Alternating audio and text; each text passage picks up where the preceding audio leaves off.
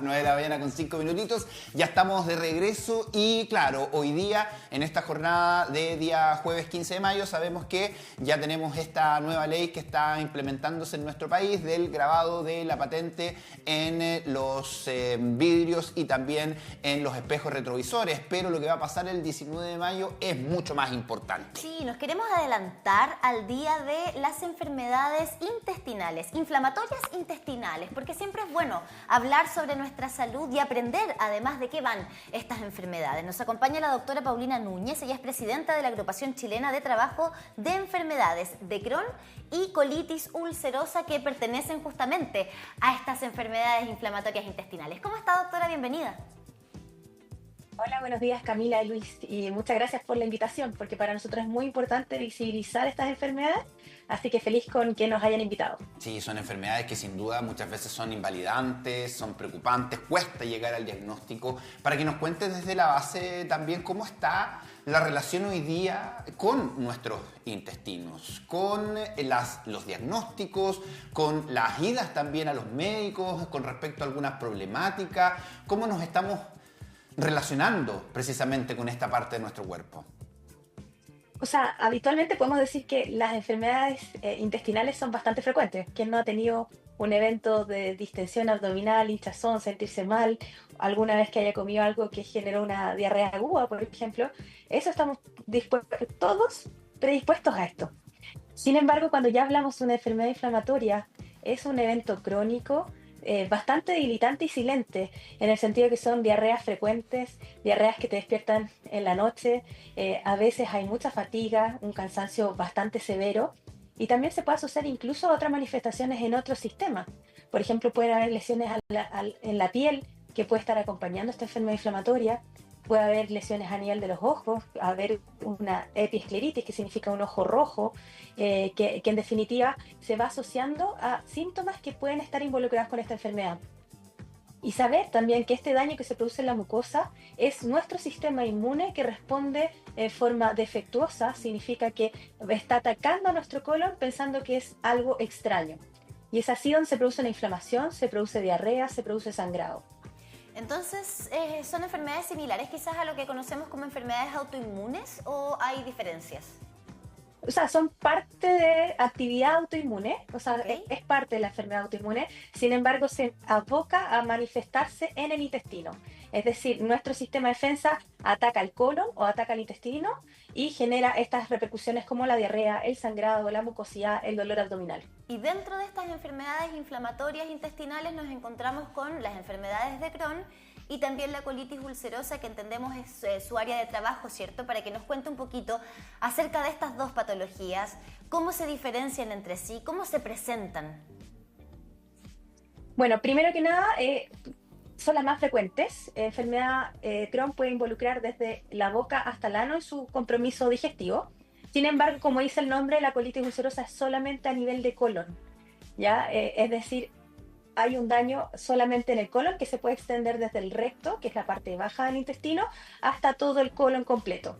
Los cuadros obviamente dependen de la gravedad y del compromiso que tenga el paciente, y en la enfermedad de Crohn también depende cómo se manifiesta, en el sentido si es solo inflamación, si hay una zona de estrechez en el colon o si hay algunas conexiones. Por ejemplo, puede aparecer lo que es conocido como la enfermedad perianal, que es alrededor de la zona del ano, que puede estar asociada a abscesos, a complicaciones como colecciones y que requieran manejo además con el coloproctólogo.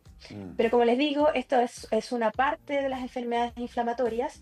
Hemos visto un aumento de casos en Chile y lo hemos ido documentando porque nosotros como médicos nos hemos ido preocupando de esta realidad, y es por eso que estamos haciendo en forma prospectiva un registro de pacientes, que ya a la fecha, ya casi llevamos un año y medio, llevamos 2.500 pacientes registrados.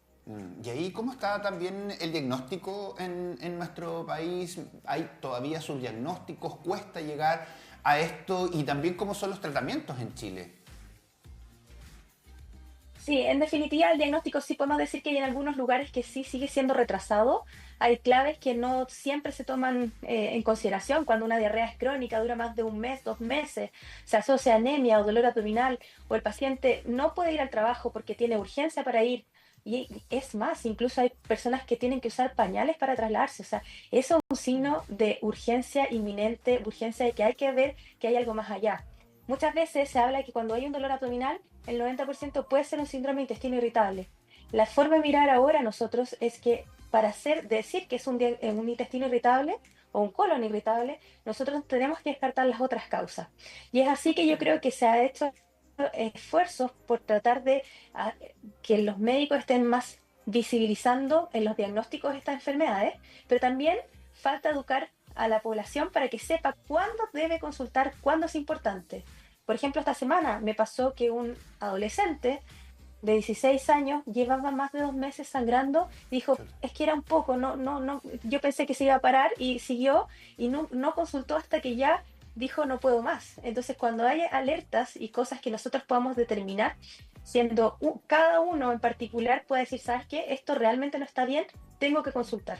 Yo Bueno, creo que ahí es la parte cómo hacerlo. Y en hablemos de cuanto a eso lo que ustedes me entonces. el tratamiento, Sí. discúlpame Camila, acá hay distintos tipos de pilares, no estamos concentrando en la ley Ricarte-Soto, la ley Ricarte-Soto significa pacientes moderados a graves, que ya requieren terapias más avanzadas y que son de alto costo. Esta ley, que partió el 2017 con enfermedad de Crohn y el 2019 con colitis ulcerosa, ha sido un beneficio pero real para los pacientes. En Chile, más de 3.700 pacientes con enfermedades inflamatorias, ya, imagínense, 3.700, estamos hablando de un número no menor, se ha beneficiado de esta ley. La disponibilidad que tenemos actualmente es solamente de una familia de terapia, que son los anti-TNF, que es como el capitán de la inflamación, que nosotros bloqueándolo evitamos esta inflamación crónica y persistente del colon. Sin embargo, existen pacientes que nunca van a responder a eso, que es alrededor de un 20 a 30%, y hay algunos que van perdiendo la respuesta en el tiempo. Sin embargo, desde que se creó la ley no han habido avances en nuevas terapias, como sí lo ha pasado en algunas otras patologías. Y es ahí donde nosotros queremos poder potenciar esto y saber que son enfermedades que son debilitantes, perdemos días de trabajo, perdemos días de productividad, en definitiva, que son para el país, y que eso lo podemos lograr teniendo un tratamiento adecuado y oportuno. Ahora, ¿cuáles son los síntomas que da cada una de estas patologías? Con la colitis ulcerosa quizás podemos desprender cuál es el signo más claro, ¿cierto?, del mismo nombre. Pero con respecto a la enfermedad de Crohn, usted nos decía que se presenta incluso desde el esófago, desde la boca, hasta el ano. Entonces, ¿cómo las diferenciamos? ¿Cómo se manifiestan? ¿Qué tipo de síntomas nos pueden dar? También como la colitis ulcerosa puede dar diarrea, puede dar un importante dolor abdominal. Hay veces que puede ser que después de las comidas nosotros partamos con náuseas y vómitos o síndromes que ya no cabe nada más de comida adentro, que eso generalmente se conoce como una suboclusión intestinal.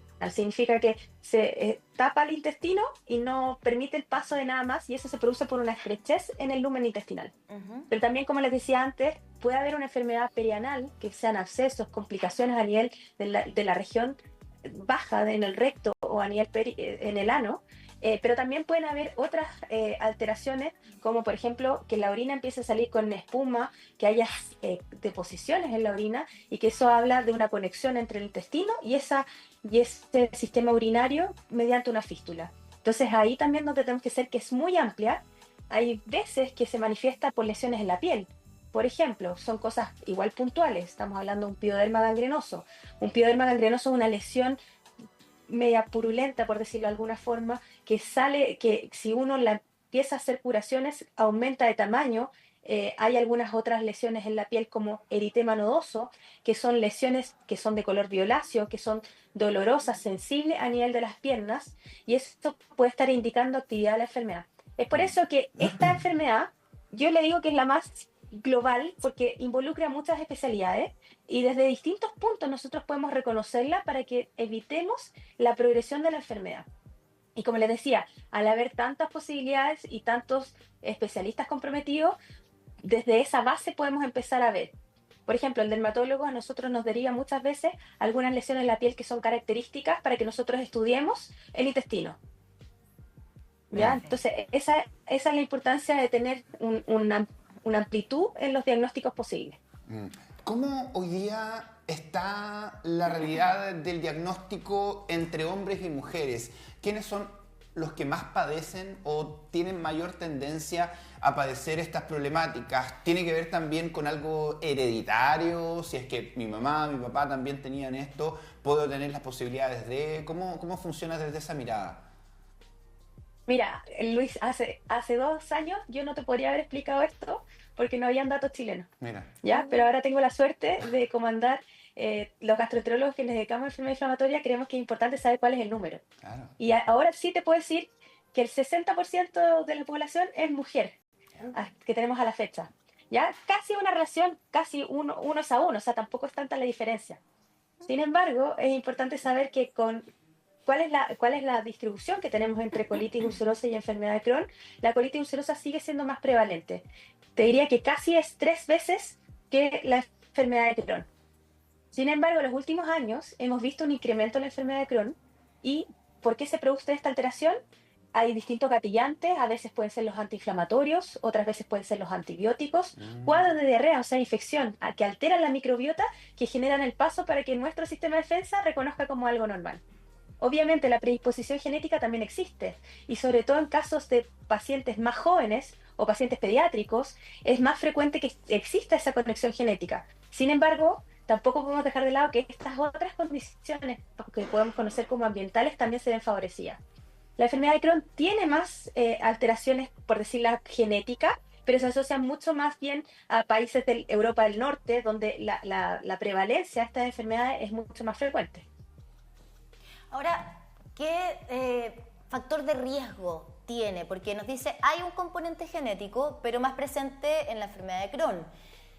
Nos explicaba lo que podía pasar, por ejemplo, en caso de que se alterara nuestra microbiota. ¿Hay algo que nos relacione, por ejemplo, estas enfermedades con la alimentación, con el estilo de vida, el consumo de algún tipo de sustancia nociva? ¿Cómo podemos ir ahí también nosotros previniendo quizás? Sí, total. O sea, yo creo que acá en nuestro país y en los países de Latinoamérica, en vías de desarrollo, tenemos el potencial de saber por qué está pasando o por qué se genera la enfermedad. ¿Por qué? Porque ha habido un aumento importante en la incidencia, es decir, en los números de casos nuevos. Y ahí yo creo que cumple un rol fundamental lo ambiental, porque no vamos a modificar la parte genética. Claro. Y en lo ambiental, lo que tenemos que modificar es una dieta sana, ya el estilo mediterráneo, evitar las comidas procesadas o ultraprocesadas. ¿Y a qué me refiero eso? Porque es muy difícil decir, ya, evite la comida ultraprocesada, sino que todo lo que tiene que ver como comida chatarra o que tenga muchos procesos para poder conservar estos productos. Comidas que tengan colores muy radiactivos, que son muy llamativos para los niños, eso generalmente es ultraprocesado. Y eso es lo que tenemos que tratar de evitar exponernos. También el uso de antibiótico irracional o injustificado, por ejemplo, si hay un resfrío y le dejan antibiótico, o la mamá dice, si no le dan antibiótico no mejora, eso a la larga puede generar problemas. El estar expuesto con animales que te generan una alteración, o sea, una mejoría en tu microbiota, también se ha visto que es protector. Mira, Sí. Entonces qué hay bueno. hartos factores. Qué Sí, buena. y de hecho en los adultos mayores, una de las cosas fundamentales es no exposición a antibióticos. Eso se ha visto que puede generar casos en adultos mayores, porque nosotros siempre decíamos que entre los 20 y 40 años es donde había la mayor número de incidencia de casos, pero hemos visto en jóvenes y también en adultos mayores con casos que igual son importantes de hacer un seguimiento rápido. Y ahí en ese rango, que hoy día es mucho más amplio, ¿nadie puede estar tranquilo entonces? ¿Puede activarse en cualquier momento? ¿Puede haber ahí algo que esté durmiendo? O sea, más para la tranquilidad de todos, esto no es una enfermedad que le pueda dar a cualquiera, ¿ya? Lo que sí, para todo tipo de enfermedades nosotros tenemos que prevenir. Prevención que sirve para muchas cosas. O sea, si nosotros hacemos una dieta sana, no solamente prevenimos estas enfermedades, prevenimos el cáncer de colon, prevenimos la diabetes, la hipertensión, la cirrosis. O sea, yo creo que en definitiva, una vida sanamente sana siempre es fundamental para todo. Y el ejercicio es otra de las cosas que ayudan a generar conciencia en disminuir este riesgo. Pero no es que vamos a estar como muy alertas de que podemos tener enfermedad. Se espera que al 2030 la enfermedad inflamatoria sea el 1% de la población, ¿ya? Y eso ya deja de ser una enfermedad poco frecuente. Sí, y eso es lo que estamos viendo acá en Chile también.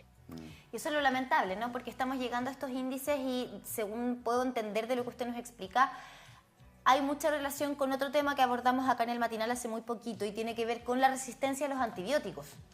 Porque claro, el uso indiscriminado de antibióticos altera nuestra microbiota. Si se altera nuestra microbiota, les estamos abriendo el paso, lamentablemente, a enfermedades como la que estamos conversando ahora.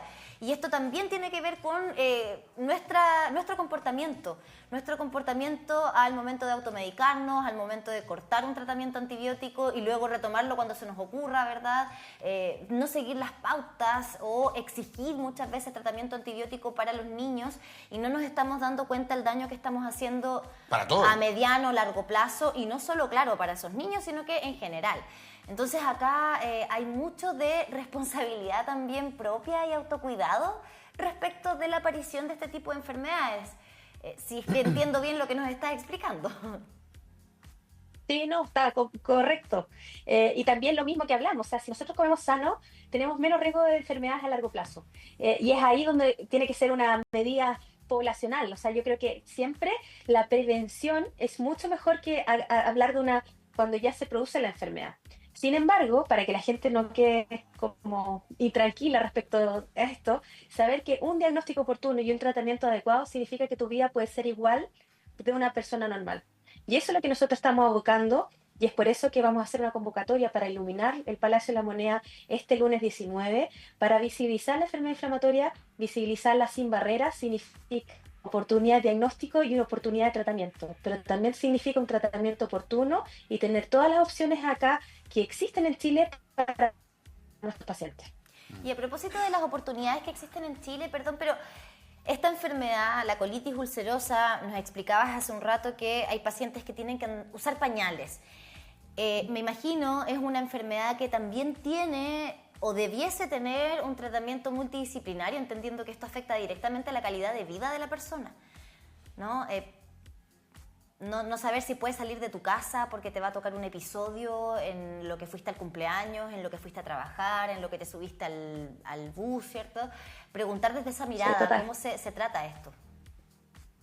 Sí, mira, lo más importante cuando nosotros iniciamos un tratamiento, decir que esta es una enfermedad que te va a acompañar por toda la vida, pero tenemos que hacer parámetros. Lo primero que tenemos que mejorar son los síntomas.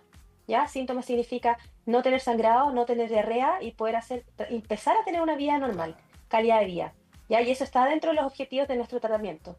Después, no nos basta solo con eso, nos basta que nuestro colon después esté completamente sano. O sea, que si yo hago una colonoscopía, no reconozca que tenga enfermedad. Eso es lo que logramos, ¿ya? Pero eso tiene pasos y obviamente en un primer momento cuando están con el cuadro de diarrea no van a poder hacer una dieta rica en fibra, una dieta sana. Tienen que hacer una dieta blanda para lograr que no vayan tanto al baño.